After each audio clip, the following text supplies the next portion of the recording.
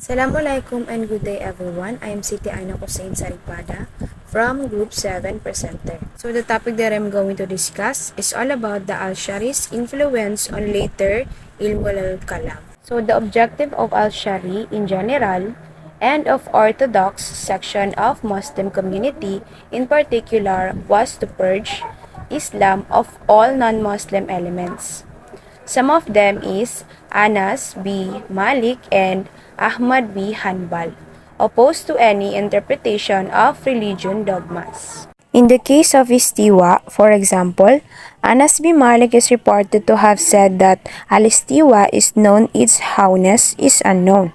Belief in it is obligatory, but the question about it is a heresy or innovation. In other words, they strictly adhere to the tradition and literal interpretation of the Quran and the Sunnah and refuse to admit any innovation in the Sharia. Even Ahmad B. Hanbal had to come in the field and he vehemently refused to admit the thesis of creativeness of the Quran. Consequently, he had to pass through Mehna. This is the one case where the Orthodox section of people had to purge Islam of non-Islamic belief. Before the advent of Ash'arism, Mu'tazilism was on its height and its beliefs were imposed on the Muslim community by the Abbasid caliphs, particularly Al-Ma'mun. Mu'tazilite approach was totally rationalistic. They made reason the sole basis of truth and reality and thus identified the sphere of philosophy with that of religion. They tried to interpret the faith in terms of pure thought. We can identify their approach in the cases of the createdness of the Quran, denial of beatific vision, or even in the case of denial of divine attributes. In all these cases, their approach is purely rational, while the case is different.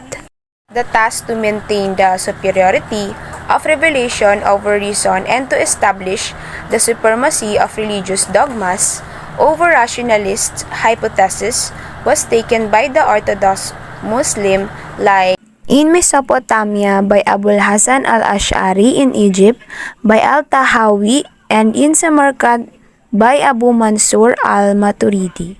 Al-Ash'ari became the most popular hero, before whom the Mu'tazilite system, the rationalist Kalam, went down, and he came to known as the founder of Orthodox philosophical theology. And the school founded by him was named after him as Ash'arism. Ash'ari tried his best to prove religious dogmas on the basis of reason, maintaining the supremacy of revelation. His main opponents are Mu'tazilites, but this does not mean that the Mu'tazilites are enemies of Islam. Al-Baqillani.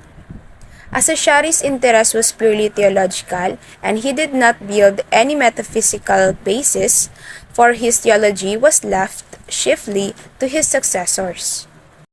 In order that their discipline should have a basis, they paid their attention on two fundamental questions, such as: Number one question will be the nature and limits of rational knowledge in relation to religious truth.